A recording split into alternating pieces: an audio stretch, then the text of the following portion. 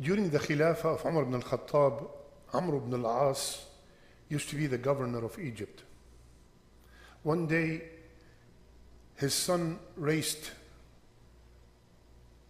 on a horse with another young fellow, and the son of Amr ibn al-As won the race. After he finished, he took a whip and started whipping that young boy. The son of Amr ibn al-As started whipping the other boy. The other boy was very, very upset because he didn't do anything. So he went to his father and complained. The father packed his stuff to Medina, to Amir al-Mu'mineen, to Umar ibn al-Khattab. He told him what happened. Umar radiallahu anhu was very furious. He wrote a message to Amr ibn al-As: the minute you read my message, you and your son come over here. Amr ibn al-As got the message. He came with his son in the presence of Umar ibn al-Khattab. So now we have Amr ibn al-As, his son, that boy, and his father. After Amir al-Mu'mineen confirming that the incident took place, he got a whip and he gave it to the young boy and he told him, go and whip the son of Amr ibn al-As. That boy, he was so happy. He felt like justice was served. And then Umar said, Wallahi, even if you whip Amr ibn al-As, his father, I will not stop you. Because his son only hit you relying on his father's authority. And then he said his famous statement, متى استعبدتم الناس وقد ولدتهم أمهم أحرارا. Since when you treat people as slaves and their mothers bore them as free? My brothers and sisters, the modern man today is obsessed with the pursuit of something called freedom. Freedom. I looked in the dictionary, and I will read it, Oxford Dictionary. The meaning of freedom is the power to act, speak, or think as you wish without hindrance or restraint. This is freedom. In the Arabic language, hur, free, freedom, has two meanings. The first meaning is that you are free from physical bondage. You are not in physical captivity.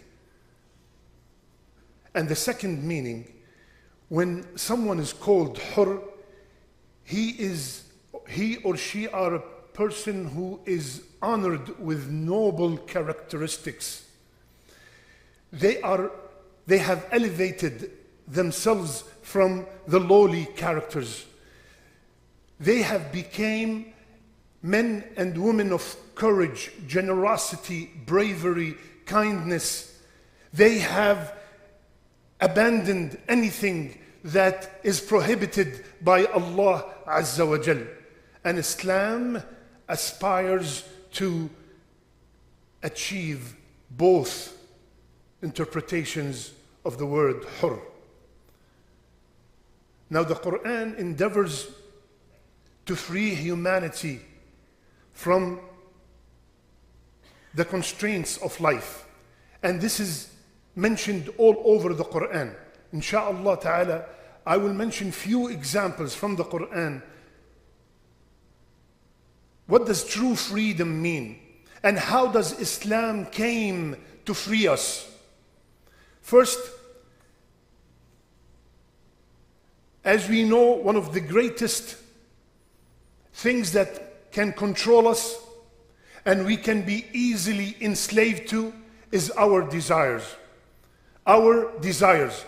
Islam came and mentioned in the Quran in many places how this dunya and everything in it is temporary joy.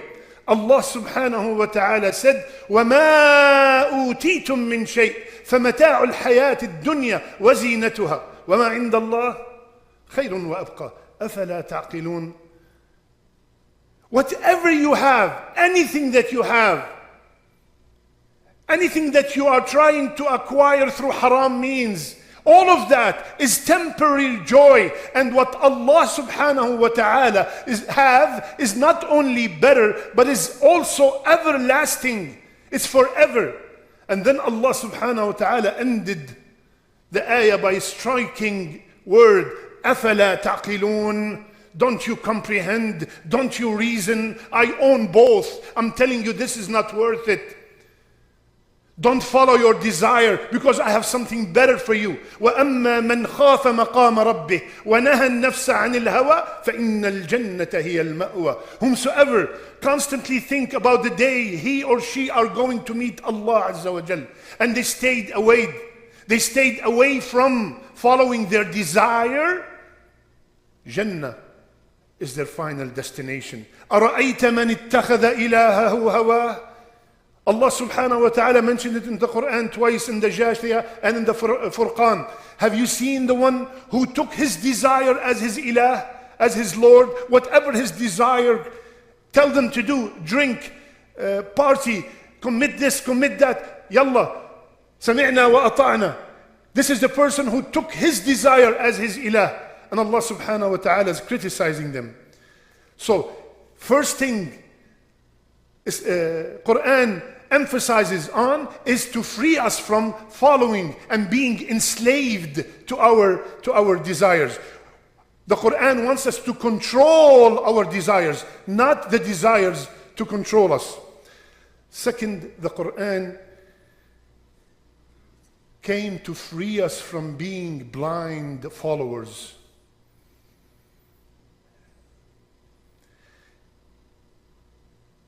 From following the latest trend, the latest fashion, the latest opinion that the government agreed on, all the people want, and gave us guidelines. The free believer is the one who worship Allah Azza wa Jal and follow His rulings, not the rulings of mankind. This is the true free person. When you hand your body and your mind to a lobby or to a thought other than Islam, then you are not free. You are enslaved to what they ever dictate you to do.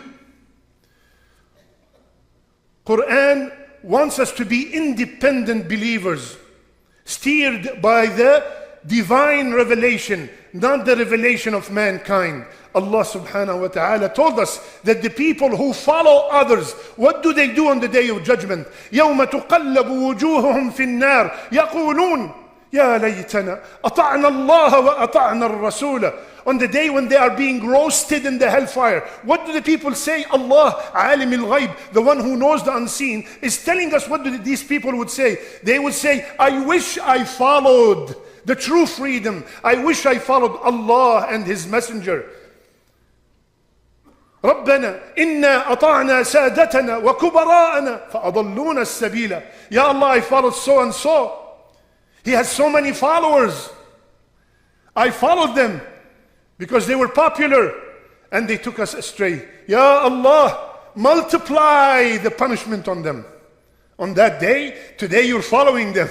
On that day you will ask Allah to double the punishment for them. Third, the Quran came to free us from being enslaved to money. The Quran came to free us from being enslaved to wealth and reminded us that our provision is not controlled by anyone or anything except Allah Azza wa Jal. The Quran told us that your rizq, your provision, whatever it is not controlled by anyone. وَفِي السَّمَاءِ رِزْقُكُمْ وَمَا تُوعَدُونَ. Your rizq, your provision, whether it's children, whether it's wealth, whether it's business, whatever it is, any rizq that you have, it's in the sky, it's in the heaven.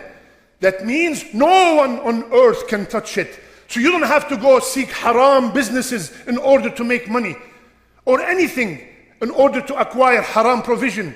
Your rizq is not guaranteed by that boss that prevented you and prohibited you to pray Jum'ah.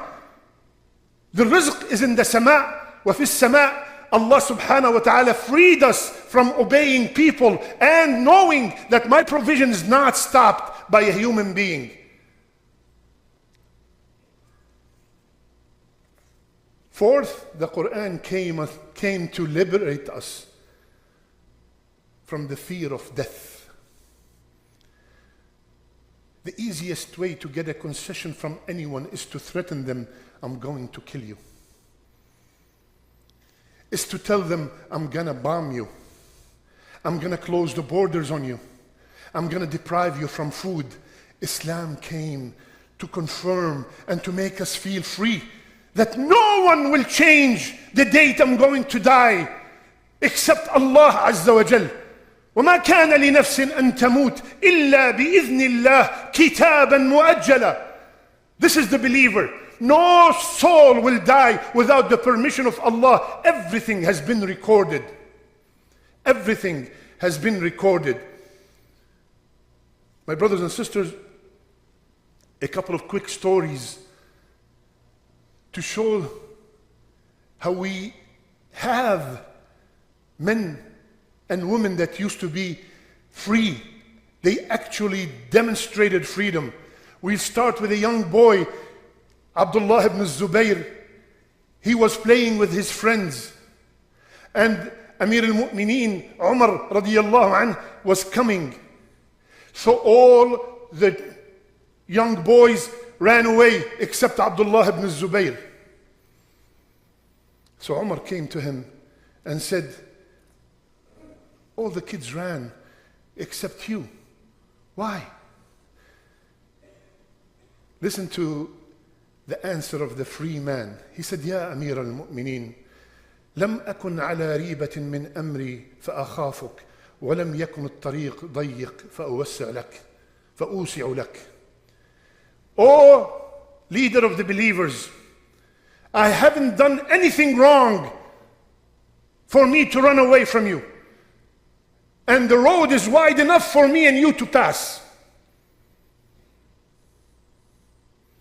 Umar looked at this man and he said that this man has a huge future, and he did. Another quick example, there was a very famous judge. His name is Abu Bakr al-Baqilani. He was asked by the emperor, the Christian emperor, to come and debate. And the custom is when you walk in the palace of the emperor, you have to bow. And he knew that Abu Bakr will never bow to anyone. So what did he do? He asked his people to lower the door. Let's say the door is 6 feet. He told the people, make the door 3 feet. So he has to bow when he enters on me. When Abu Bakr arrived, he noticed the trick. So what did he do? He turned 180 degrees and walked background, giving the emperor his back. These are men who are free. They're not scared from authority. My brothers and sisters, remember these stories. Next time a friend or a trend suggests that you should disobey Allah Azza wa Jal, remember these stories. When a friend or a trend is suggesting and putting so much pressure that you disobey Allah Azza wa Jal. قولوا قولي هذا استغفر الله فاستغفروه إنه هو الغفور الرحيم.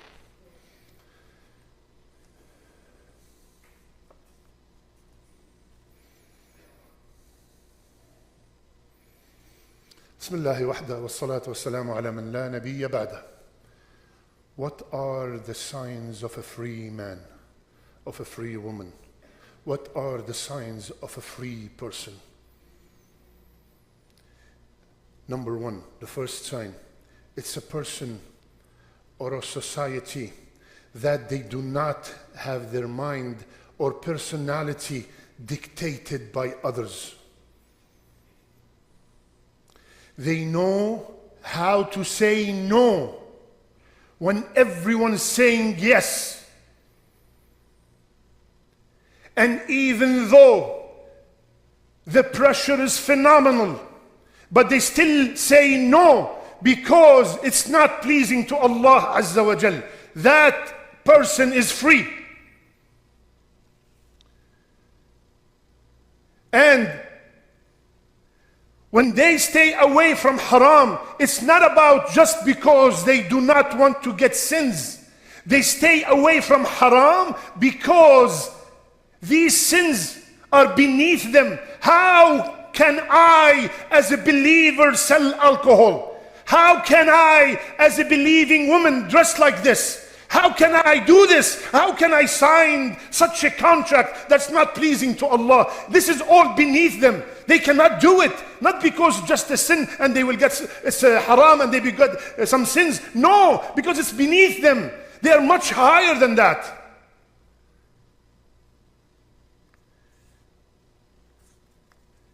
Second, a free person will not let a fallout between him and another Muslim take so long. You had a problem with your cousin, with your Muslim brother. You had a problem with your ex-partner at work. You had a problem with your ex-spouse. You do not swear, Wallahi, I will not talk to him until they apologize first. A free person, these things are petty. They don't care about these things. There is something bigger. They are much honored than this. They don't care. They want to be the first to make peace.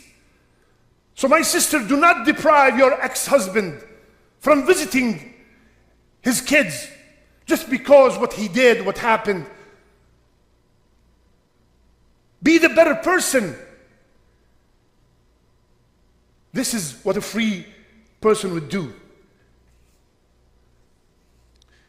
Third, they inspire a level of admiration. Their characteristics, their talk, their silence, their behavior is amazing. It attracts you. When you see them, you're blown away. It might cost them their life, and they won't waver from their principles. That's why everybody was attracted to Gaza.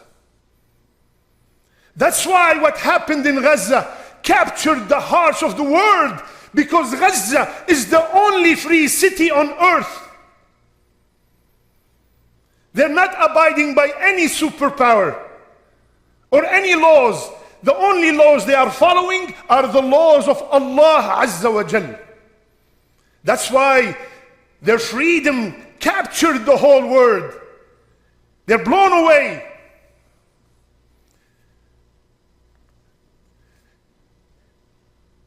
They are free from being enslaved to a lobby or to human laws or to their own desires. Their freedom is anchored on something very high, which is the obedience of Allah Azza wa Jal. My brothers and sisters,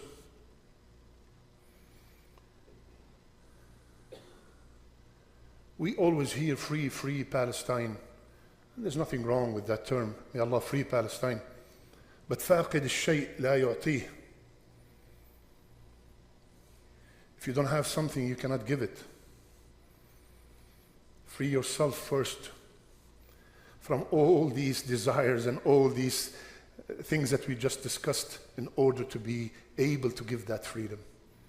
When we are enslaved to a system that considers marrying whoever you want is freedom, changing your gender to whatever you want is freedom, but standing against injustice is not freedom. My brothers and sisters, subhanallah, sometimes you read the tafsir of an ayah.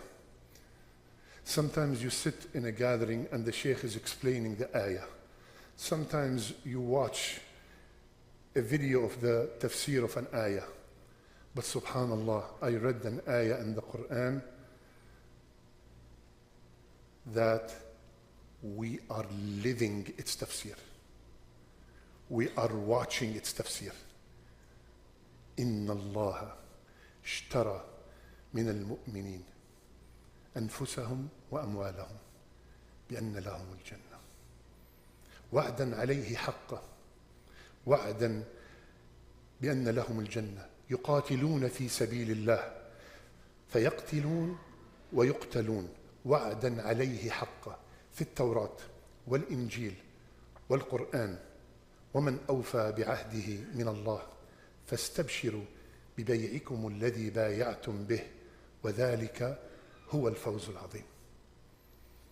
Allah has purchased from the true believer, from the free believers, their souls and their wealth, their buildings, their businesses, their hospitals. In return, He promised them Jannah. They fight, they kill others, and they might be killed themselves. This has been a promise from Allah in the Torah, in the Injil, and in the Quran. And who is more honest and truthful of keeping His promise than Allah Azza wa Jal? فاستبشروا.